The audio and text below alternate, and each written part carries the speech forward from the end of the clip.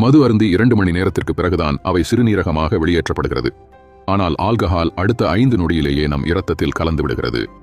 இரத்தத்தின் ஆல்கஹாலை பிரித்து இதயத்தில் சீரான இரத்த ஓட்டத்தை கொடுக்க கல்லீரலின் போராட்டமே மனிதனுக்கு அது போதையாக மூளையின் நரம்புகள் தூண்டப்படுகிறது. கல்லீரல் அதனுடைய வேலையை சரியாக செய்யவில்லை என்றால் மது அருந்திய சிறிது நேரத்திலேயே மனிதன் இறந்து போய்விடுவான். அவனை காப்பாற்றவும் அவனது இரத்தத்தில் கலந்த ஆல்கஹாலை பிரிக்கவும் ஒரு நொடி கூட ஓயாமல் உழைத்துக் கொண்டிருக்கும். அது ஒரு போராட்டம். அப்படி போராடும் உறுப்பின் பெயர் கல்லீரல். இது 1000க்கும் மேலான என்சைம்களை உருவாக்குகிறது. நமது உடலில் சிறிய காயம் ஏற்பட்டு ரத்தம் வெளியேறினால் கூட உடனே மூளை கல்லீரலுக்கு தான் தகவல் அனுப்பும்.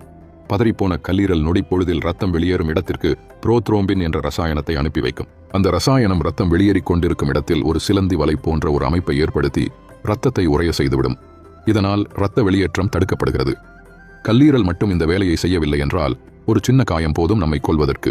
இன்றைக்கு லேசான தலைவலி என்றாலும் உடல் மெலிவதற்கு என்றாலும் சத்து பற்றாக்குறை என்றாலும் மாத்திரைகளாக உள்ளே தள்ளுகிறோம். இந்த மாத்திரைகள் எல்லாவற்றிலும் நச்சுத்தன்மை நிறைந்திருக்கிறது. அந்த நச்சுத்தன்மையை உடலில் சேராமல் தடுத்து நம் உடலை பாதுகாப்பது கல்லீரல் தான். மதுவிலும் ஏராளமான விஷத்தன்மை உள்ளது. அந்த விஷத்தன்மையை போக்குவதற்காக இரவு முழுவதும் கல்லீரல் போராடுகிறது. கல்லீரல் விஷத்திற்கு எதிராக போராடும் வரைதான் குடிகாரர்கள் எவ்வளவு குடித்தாலும் அசராமல் நிற்பேன் என்று வசனம் பேச முடியும். கல்லீரல் கெட்டுவிட்டது என்றால் அவரால் ஸ்டெடியாக மூச்சு கூட விட முடியாது. அப்புறம் எங்கு வசனம் பேசுவது? கல்லீரல் ஒருவருக்கு சரியாக இல்லையெனில் சாப்பிடும் எந்த உணவும் செரிக்காது. வயிறு உப்பி புளித்த மாவு போல அது வயிற்றிலும் குடலிலும் இருக்கிறது. அத்தகைய முக்கியமானதொரு ஜீரண உறுப்பு இது. அதற்காக எவ்வளோ அடிச்சாலும் தாங்குதே, ரொம்ப நல்லது போல என்று தாறுமாறாக அதற்கு கஷ்டம் கொடுக்கக்கூடாது. கண்மூடித்தனமாக அளவு கடந்து குடிக்கிற போது கல்லீரல் வீக்கத்தை தடுக்க இயலாது. கல்லீரலை கழுதையோடு ஒப்பிடுவார்கள். கழுதை எவ்வளவு பாரத்தை அதன் மீது தொடர்ந்து ஏற்றிக்கொண்டே இருந்தாலும் அசராமல் சுமக்கும். அதே கழுதை படுத்துவிட்டால் திரும்பவும் எழுந்திருக்காது. கல்லீரலும் அப்படிதான் தொடர்ந்து குடிக்க மது என்னும் விஷத்தோடு ஓயாமல் தொடர்ந்து போராடிக்கொண்டே இருக்கும். இத்தகைய கல்லீரலை காப்பாற்ற மதுவையும் புகையும் தவிர்க்க வேண்டும்.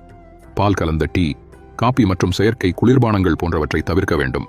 அதற்கு பதிலாக கருப்பட்டி காபி, சுக்கு காபி, பால் கலக்காத இஞ்சி டீ மற்றும் எலுமிச்சை டீ, இயற்கையான பழச்சாறுகள், கரும்புச்சாறு, பதநீர், மோர் போன்றவற்றை பருகலாம். உணவை நிதானமாக மென்று விழுங்க வேண்டும்.